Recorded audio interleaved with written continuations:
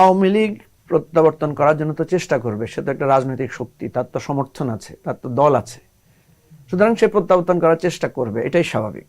Number one. Number two হচ্ছে, আওয়ামী লীগ যেই fascism বাংলাদেশে করে গিয়েছে, যে ফ্যাসিজমের পদচিহ্ন রেখে গেছে, সে প্রত্যাবর্তন করতে আসলেই তাকে এই প্রশ্নগুলোর মুখোমুখি হতে হবে। আওয়ামী লীগের প্রত্যাবর্তন পুনর্বাসন থিওরিটিক্যালি তখনই সম্ভব যখন আওয়ামী লীগের চাইতে কোনো বড় ফ্যাসিজম যদি আমাদের এখানে আবার চেপে বসে। তখন মানুষ বলবে আওয়ামী লীগের কি দোষ ছিল, এ কথাটা তখন একটা মানে রেটরিক আকারে, বয়ান আকারে আসতে থাকবে। দ্বিতীয় হচ্ছে, আওয়ামী লীগ যদি তার এই রাজনীতিকে সে যদি সংশোধন না করে, তার এত বড় ঘটনার সে যদি কোনো ব্যাখ্যা না দেয়, তাহলে এই জেনারেশন, দেখেন মুক্তিযুদ্ধে কিন্তু আমাদের মুক্তিযুদ্ধের সাথে সরাসরি অংশগ্রহণ করেছে মানে কয়েক লক্ষ লোক, ধরেন 50 লক্ষ লোক অংশগ্রহণ করেছে, এর বেশি তো করে নাই, সুযোগও ছিল না করার।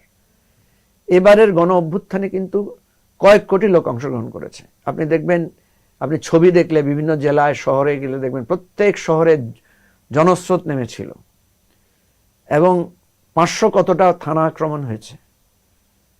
সরকারি অফিস যেখানেই মানুষ মনে করেছে এটা আওয়ামী লীগের জায়গা, সেখানেই মানুষ ক্ষোভ প্রকাশ করেছে। মুক্তিযুদ্ধের তো ভিডিও নাই, খুব অল্প সংখ্যক হয়তো থাকলে থাকতে পারে। এখানে প্রত্যেকটার ছবি ভিডিও সবাই নিজে নিজে আপ করেছে। আপনি যদি ওই জুলাই আগস্টের, আপনি যদি আগস্ট পরবর্তী মানে সোশ্যাল মিডিয়া দেখেন, প্রত্যেক ব্যক্তি তার ছবি আপলোড করেছে যারা ওই অভ্যুত্থানের মধ্যে ছিল।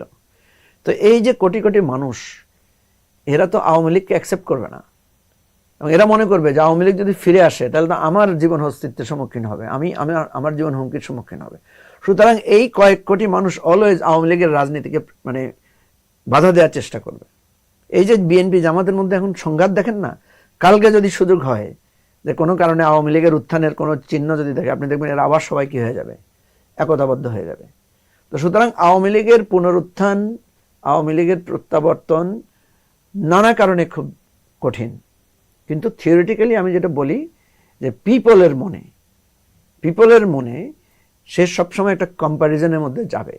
বিএনপিকে সে প্রথম তুলনা করবে ইউনূস সরকারের আমলের সাথে, ইউনূস সরকারের আমলে এটা ছিল, বিএনপি সমানে কি হয়েছে এটা করার চেষ্টা করবে।